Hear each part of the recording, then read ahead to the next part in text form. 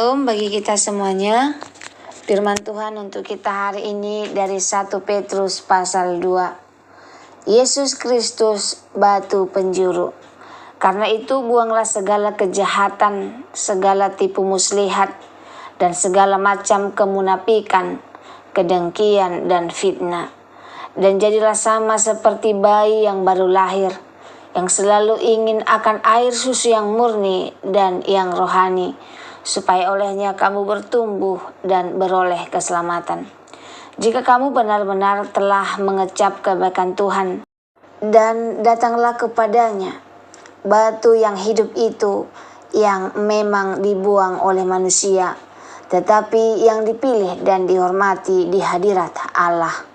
Dan biarlah kamu juga dipergunakan sebagai batu hidup untuk pembangunan suatu rumah rohani, bagi suatu imamat kudus, untuk mempersembahkan persembahan rohani yang karena Yesus Kristus berkenan kepada Allah.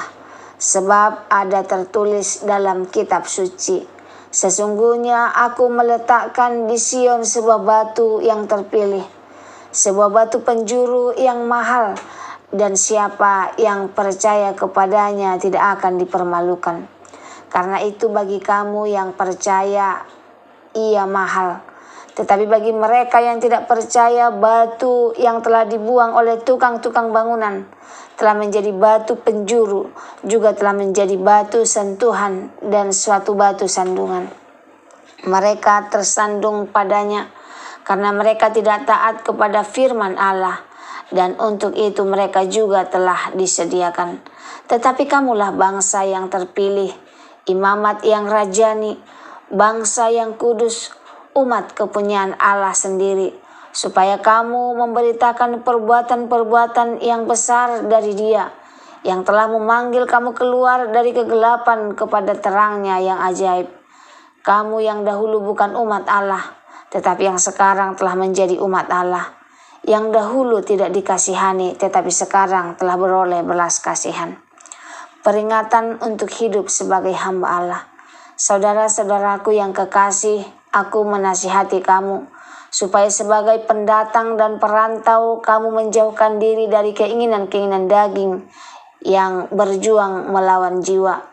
Milikilah cara hidup yang baik di tengah-tengah bangsa-bangsa bukan Yahudi, supaya apabila mereka memfitnah kamu sebagai orang durjana, mereka dapat melihatnya dari perbuatan-perbuatanmu yang baik dan memuliakan Allah pada hari Ia melawat mereka.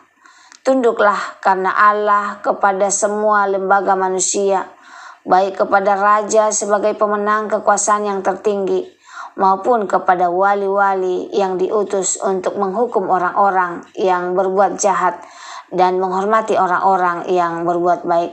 Sebab inilah kehendak Allah, yaitu supaya dengan berbuat baik kamu membungkam kepicikan orang-orang yang bodoh. Hiduplah sebagai orang merdeka dan bukan sebagai mereka yang menyalahgunakan kemerdekaan itu untuk menyelubungi kejahatan-kejahatan mereka, tetapi hiduplah sebagai hamba Allah. Hormatilah semua orang, kasihilah saudara-saudaramu, takutlah akan Allah, hormatilah raja. Penderitaan Kristus sebagai teladan.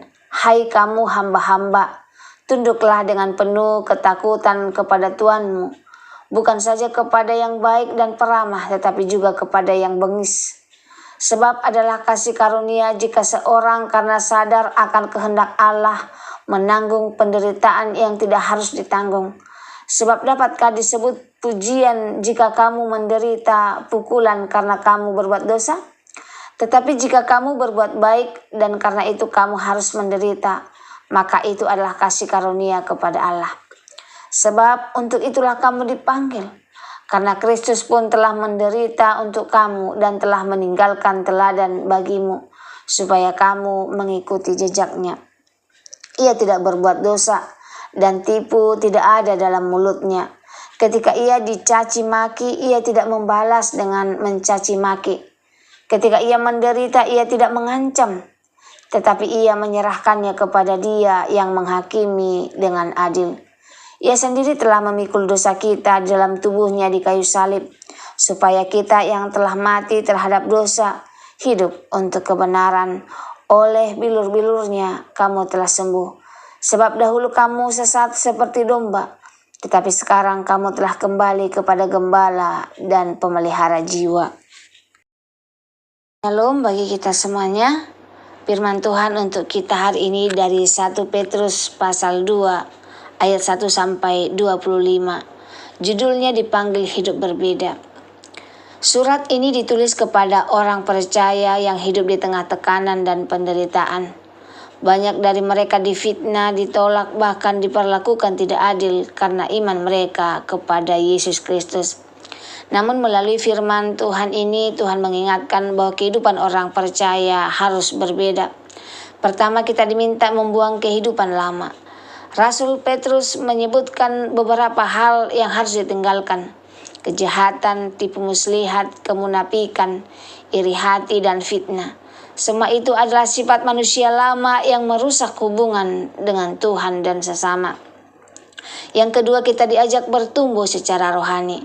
Seperti bayi yang haus akan susu, orang percaya harus rindu akan firman Tuhan. Firman Tuhan memberikan kekuatan, menuntut hidup, dan membuat iman kita semakin dewasa. Yang ketiga, kita diingatkan bahwa Yesus adalah batu penjuru. Walaupun dunia menolak Dia, Tuhan justru menjadikannya dasar yang kokoh. Setiap orang yang percaya kepadanya tidak akan dipermalukan. Hidup kita harus dibangun di atas Kristus, bukan pada dunia. Keempat, kita adalah umat pilihan Tuhan. Firman Tuhan berkata bahwa kita adalah bangsa yang terpilih, imamat yang rajani, dan umat kepilihan Allah. Artinya hidup kita memiliki tujuan, memberitakan perbuatan besar Tuhan yang membawa kita dari kegelapan kepada terangnya. Yang kelima, kita dipanggil hidup benar sekalipun harus menderita. Yesus sendiri memberikan teladan. Ketika ia dihina, ia tidak membalas. Ketika ia menderita, ia tidak mengancam. Ia menyerahkan semuanya kepada Allah yang menghakimi dengan adil. Ia mengajarkan bahwa orang percaya tidak membalas kejahatan dengan kejahatan, tetapi tetap hidup benar. Di akhir bagian ini kita diingatkan sesuatu yang sangat indah. Dulu kita seperti domba yang sesat, tetapi sekarang kita telah kembali kepada gembala dan pemelihara jiwa kita, yaitu Yesus Kristus. Semoga firman Tuhan hari ini menjadi berkat bagi kita. Terima kasih, Tuhan Yesus memberkati. Shalom.